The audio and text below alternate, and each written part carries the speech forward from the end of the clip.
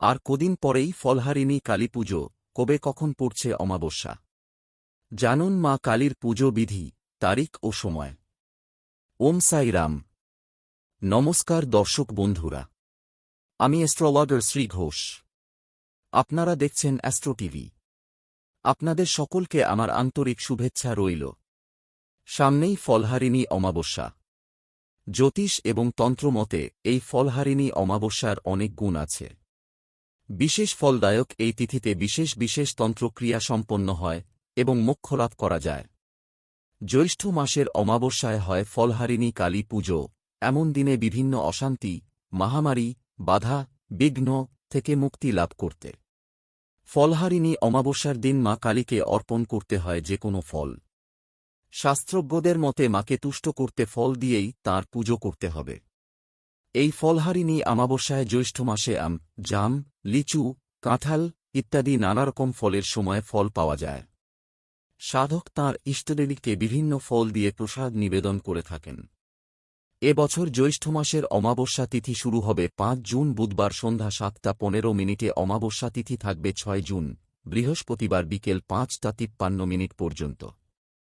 সূর্যাস্তের সময় অনুযায়ী অমাবস্যা তিথি ধরা হবে ৬ জুনকেই, তবে দেবীকালীর আরাধনা সন্ধ্যায় হয় বলে ফলহারিণী পূজা হবে ৫ জুন রাতে অমাবস্যা তিথি শুরুর পরই। কেবল গাছের ফল নয়, এই দিন মায়ের চরণে সাধকেরা তার কর্মফল অর্পণ করে থাকেন মোক্ষফল প্রাপ্তির জন্য। তাই এই দিনেই মায়ের চরণে পাপপুণ্যের ফল অর্থাৎ কর্মফল অর্পণ করতে হয়। মোক্ষফল লাভের আশায় শাস্ত্রে বলা হয় জীবনই সর্বস্ব, অর্থাৎ একদিকে ফলহারিণী যা সাধকের কর্মফল হরণ করেন, অপরদিকে কর্মফল হরণ করে সাধককে তাঁর অভীষ্ট ফল মোক্ষফল প্রদান করেন। বাঙালি জীবনে ফলহারিণী কালী পুজোর তাৎপর্য লুকিয়ে রয়েছে ঠাকুর শ্রীরামকৃষ্ণের জীবনে। ঠাকুর শ্রীরামকৃষ্ণ এই দিনেই তাঁর স্ত্রী শারদা দেবীকে পুজো করেছিলেন জগৎ কল্যাণের জন্য।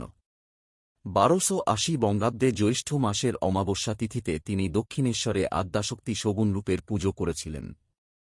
তিনি ফলহারিণী কালী পুজোর দিন শ্রীমা শারদাকে ষোড়শীরূপে পুজো করেছিলেন বলে আজও রামকৃষ্ণমঠ ও আশ্রমে এই পুজো ষোড়শী পুজো নামে পরিচিত। শ্রীরামকৃষ্ণ তাঁর মোক্ষপ্রাপ্তির জন্য এই নিয়মে পুজো করলেও এই দিনটিতে হিন্দু ধর্মাবলম্বী মানুষ নানাবিধ ফল দিয়ে কালীর পুজো করে থাকেন।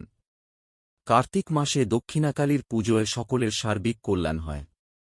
আর ফলহারিণী কালী পুজো করলে আমাদের প্রত্যেকের বিদ্যা, কর্ম ও অর্থভাগ্যের উন্নতি ঘটে। প্রেম প্রণয়ে বাধা দূর হয়। দাম্পত্য সাংসারিক জীবনেও সুখশান্তি লাভ হয় ও সাধকের জীবনে মোক্ষফল প্রাপ্তি হয়, এমনটাই বিশ্বাস।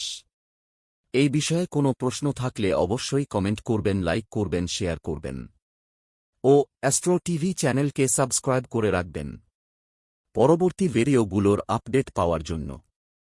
তাহলে বন্ধুরা, ভিডিওটি শেষ পর্যন্ত দেখার জন্য সবাইকে অনেক অনেক ধন্যবাদ। ঈশ্বর আপনার মঙ্গল করুক। আপনারা সুস্থ থাকুন, ভালো থাকুন। আবার দেখা হবে এই চ্যানেলে। ধন্যবাদ।